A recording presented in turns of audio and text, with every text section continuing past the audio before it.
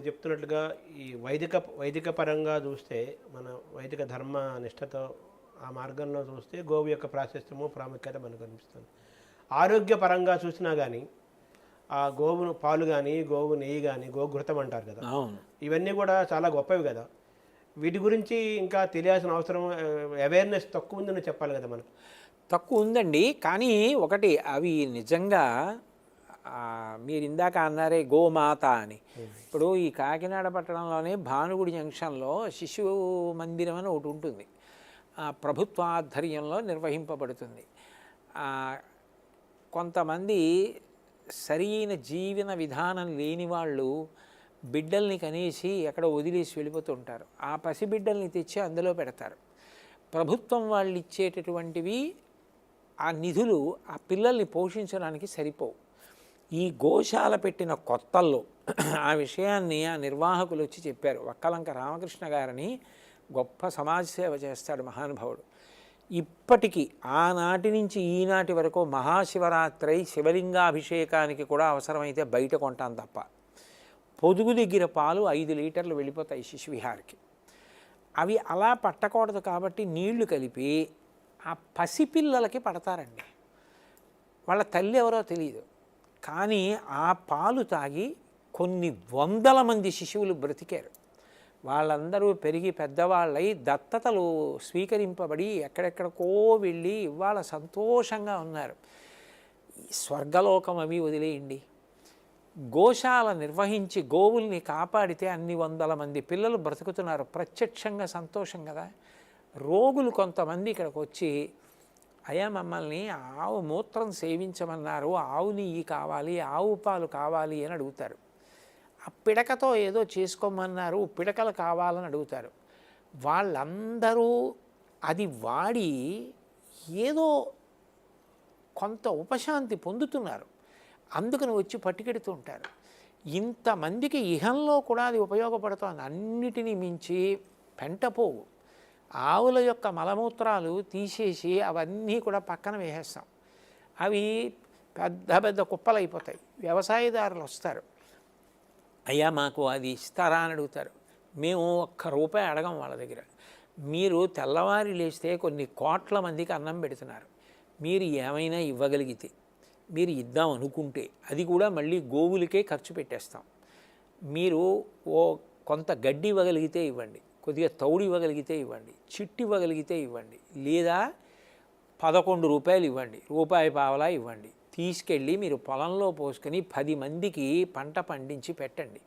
ఎంతమంది రైతులు వచ్చే ట్రాక్టర్లలో ఆ పెంటపోగు పట్టుకెళ్ళి పోసుకొని పంటలు పండించుకుంటూ ఉంటారు. ఇన్ని రకాలుగా ఉపయోగపడుతున్నది లక్ష్మి కాలా? ఇంకా లక్ష్మి అంటే ఏమిటి? వైదికమైన ధర్మంతో పాటు గోవు చాలా ఆరోగ్యం కాబట్టి, గోవు పాలు గోవు నెయ్యి ఆరోగ్యం కాబట్టి గో సంపదను పెంచుకోవాల్సిన అవసరం చాలా ఉంది. గోవు పట్ల ఇంకా కూడా చాలామంది ఇంకా దాని అవగాహన పెరగాల్సిన అవసరం కూడా ఇంకా ఉంది. అంతే కదా దీని యొక్క సారాంశం. ఇంత సాధనలో, మీ ఆధ్యాత్మిక సాధనలో అరిషడ్ వర్గాన్ని మీరు జయించారా? అబ్బో లేదండి, అంత పెద్ద మాట అనలేను. అరిషడ్ వర్గాన్ని జయించలేదు, కానీ జయించే ప్రయత్నం చేస్తుంటాను. మంచి మాటలు గుర్తు తెచ్చుకొని ఇలా చెప్పబడింది కదా, పోన్లే ఇవాళ నేను తడబడినా ఇది నాకు ఒక అవకాశంగా స్వీకరించి వచ్చేసారి నేను దీన్ని ఇలా దిద్దుకోవాలి, ఇలా ఉంచుకోవాలి అనుకుంటూ ఉంటాను. గెలిచానన్నంత స్థాయి చెప్పలేను శర్మగారు. అదే కొంత ప్రయత్నం చేస్తూ ఉంటాను, కొంత శాతం ఖచ్చితంగా తగ్గించుకున్నానండి. అంటే అంత ముందుకి ఈ సాధన పెరిగే కొద్దీ అరిషడ్ వర్గం పూర్తిగా జయించడం మానవ సాధ్యం కాదు కాబట్టి ఎంతో కొంత అది అదుపులో ఉంచుకోవడానికి ప్రయత్నం చేస్తున్నారు. అదే. తర్వాత మీరు ధ్యానం చేస్తారా?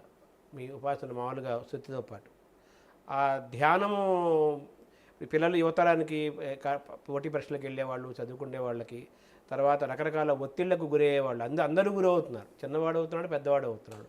ఈ ధ్యానము దానికి మార్గదర్శనం అవుతుంది కదా, ఎంతో కొంత వాడిని మంచి మార్గంలో నడిపిస్తుంది కదా. ప్రశాంతతకి మారు పేరు ధ్యానం. ఆ ధ్యానం వల్ల ఏమవుతుందంటే ఆ ప్రశాంత చిత్తం ఏర్పడుతుంది. ముందు మీరు ప్రశాంతంగా ఉండగానే మంచి విషయాలు స్ఫురణకు వస్తాయి, మంచి నిర్ణయాలు చేసుకోగలుగుతారు. అయితే నేను పిల్లలకి చెప్పేది ఏదంటే ధ్యానం ఒక్కటే కాదండి, సమయపాలన చాలా అవసరం. ఒత్తిడి తగ్గించుకోవాలి అంటే మనం ఏ సమయానికి ఏ కార్యక్రమాన్ని చెయ్యాలనుకుంటున్నామో ఆ సమయానికి తగినట్టుగా సిద్ధం అవ్వడం నేర్చుకుంటే, ఆ కార్యక్రమం ఇవాళ నేను చెయ్యాలి కాబట్టి దానికి నేను సంసిద్ధం కావడం, ఆ సమయానికి వెళ్ళడం, ఆ సమయానికి పూర్తి చేయడం, తరువాత నేను ఎన్ని చెయ్యగలనో అన్నిటినీ ఆ రోజు ప్రణాళికలో చేర్చుకోవడం. ఎక్కువ చేర్చుకుని ఒత్తిడి పడకూడదు, తక్కువ చేర్చుకొని తమో గుణానికి వశం కాకూడదు. ఒకరోజు ఒక వ్యక్తి నిర్వహించగలిగిన వాటిని చక్కగా నిర్వహిస్తూ వెడితే ప్రశాంతంగా ఉండడం అలవాటు అవుతుంది. అది ధ్యానానికి కొనసాగింపు. అట్లా కాకుండా 23.5 గంటలు ఒత్తిడితో ఉండి అరగంట నేను ఒత్తిడి తగ్గించుకోవడానికి ధ్యానం చేస్తాను అంటే అది మంచి పద్ధతి కాదు. ఒక రోజంతా ధ్యానంగా మారేటట్టుగా చూసుకోవాలి. రివర్స్ అవ్వాలి. ఏ పని చేస్తున్నారో దాని మీదే దృష్టి నిలబడాలంటే ఒత్తిడి పరిహరింపబడాలి. ఒత్తిడి తగ్గాలంటే ఇప్పుడు నేను ఈ పని చేస్తుంటే ఈ పని ఎంతవరకు చేయాలో అంతవరకు చేసి నేను మళ్ళీ వెళ్ళి ఇంకో పని చేసుకోవడానికి కావలసినట్టుగా ప్రణాళిక చేసుకున్నాను అనుకోండి, ఒత్తిడి ఉండదు. నేను ఏది చేస్తున్నా దాని మీద దృష్టి పెట్టి చేయడానికి నాకు అవకాశం ఉంటుంది. అదే ధ్యానం. అప్పుడు ధ్యానం విస్తరిస్తుంది అంటాను నేను. అంటే ఈ ధ్యాన తపో యోగ మార్గాలు ఉన్నాయి కదా, ఇవన్నీ ఒకదానికి కొంత మనం అలవాటు అయ్యే కొద్దీ మిగతాయి కూడా ఒక్కొక్కటి మనకు మన జీవితంలో ప్రవేశిస్తాయి కదా. అవి జాతిని సమాజాన్ని వాళ్ళ జీవితాలని సక్రమంగా మార్చడానికి ఉపయోగపడతాయి. ఈ క్రమంలో భగవద్గీత పరంగా మీరు ఎంత ప్రయాణం చేశారు? భగవద్గీత అనేటటువంటిది ఆచరణాత్మకమైనటువంటి గొప్ప విషయాలతో కూడుకుని ఉంటుందండి.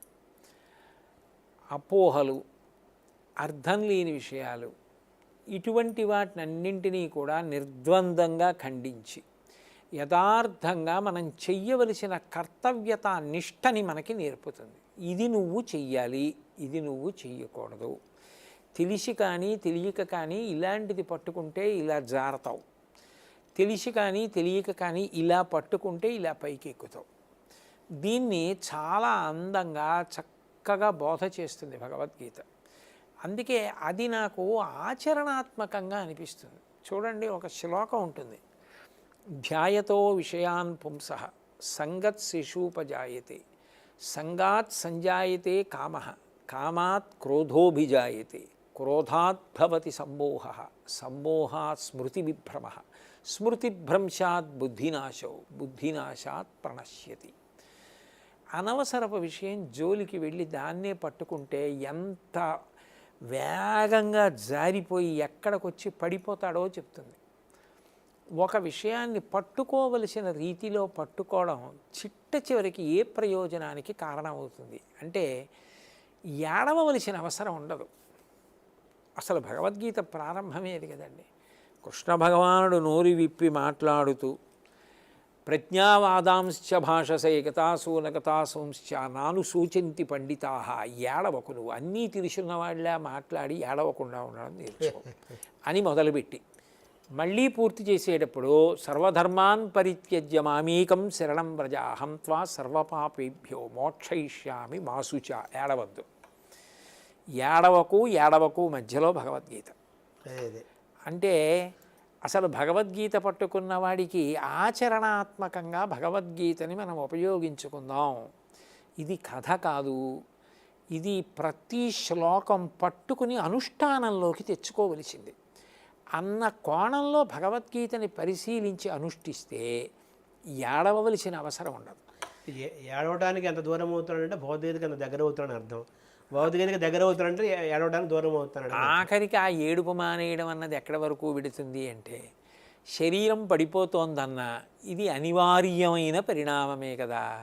దీని గురించి వాసాంసి జీర్ణాని యథా విహాయ నవాని గృహ్ణాతి నరోపరాణి తథా శరీరాన్ని విహాయ జీర్ణాన్ అన్యాని సంయాతి నవాని దేహి. ఏడవడానికి ఏముంది అని ఏడవడానికి అవకాశం లేకుండా బ్రతకగలిగిన మనుష్య జన్మ కన్నా గొప్ప జన్మ ఇంకేమిటి ఉంటుంది? అదే సార్థక్యం. అది ఇవ్వగలిగిన ఆచరణాత్మకమైన విద్య నేర్పగలిగిన అద్భుతమైన గ్రంథం భగవద్గీత. అంటే భగవద్గీతలో ఏదైతే చెప్పారో అవన్నీ ఆచరించగలిగినవి, అలాగే తగినవే, కానీ ఆచరించగలిగినవి కూడా. ఆచరించగలిగినవి కూడా. ఆహారం దగ్గర నుంచి ఆయన అన్నీ మాట్లాడాడు కదండి. అందుకని అది అయ్యో దూరం అయిపోయిందని ఏడవలసిన పరిస్థితి అంటూ వస్తే ఒక్కటే. ఇంకా ఆచరించడానికి అవకాశం లేకుండా చచ్చిపోయిన వాడి దగ్గర భగవద్గీత వేసి అసలు నిజంగా బతికుండగా ఆచరించవలసిన వాడు బ్రతికున్నప్పుడు దాన్ని వినకపోవడమే శోచనీయమైన విషయం. వాడు వెళ్ళలేదని అడవాలి మరి. అప్పుడు ఎందుకు భగవద్గీత? అది అప్పుడు దాకా వెళ్ళలేదని వాడికి వినిపిస్తున్నారు. అప్పుడు ఆచరించవలసిన వాడు ఇది ఆచరించాలి తప్ప అది ఆచరించడానికి రా అంటే ఇంకా ఆచరించే అవకాశం పాప ఆయనకి లేదు. ఆయన శరీరాన్ని వదిలేశాడు, ఆచరించడానికి సాధనమే అది, దాన్ని వదిలేశాడు. ఆయన దగ్గర ఆయన దగ్గర భగవద్గీత పెడితే ఉపయోగం ఏమిటి? మనం ఆచరించాలి, మనం భగవద్గీత అందుకోసమని చెప్పి దాన్ని తీసుకుంటే ఎక్కువ ఉపయుక్తం అవుతుందని నా భావన. ఒకవేళ అట్లా భగవద్గీత పెట్టడం వల్ల శోకం తగ్గుతుందేమో అంటే ఏమో, అది కూడా మంచిది. అప్పుడు కూడా నేనేం కాదనడానికి ఏముంది. అది వైరాగ్యం వైపు కాదు, మనిషిని కర్తవ్యోన్ముఖులను చేసి చైతన్యం నింపే గీతి కదా అది భగవద్గీత అనేది. అందుకే కదండి అంతా విన్నవాడు ఏమన్నాడు, నాకు అంతా అర్థమైంది, కాషాయం గుడ్డలు ఎక్కడున్నాయి పట్టండి, వాడికి అనవసరం కదా. నష్టో మోహ స్మృతిర్లబ్ధ అన్నాడు. నా అజ్ఞానం పోయింది, నాకు ఏది తెలియాలో అది గుర్తొచ్చింది, పదండి ఎక్కుతున్నాను రథం అన్నాడు. అది కాషాయం కాదు వాడు కోరింది. ఆయన కోరుకున్నది సర్వసంగ పరిత్యాగం కాదు, ఆయన కర్తవ్య నిర్వహణకు ఉద్యుక్తుడయ్యాడు.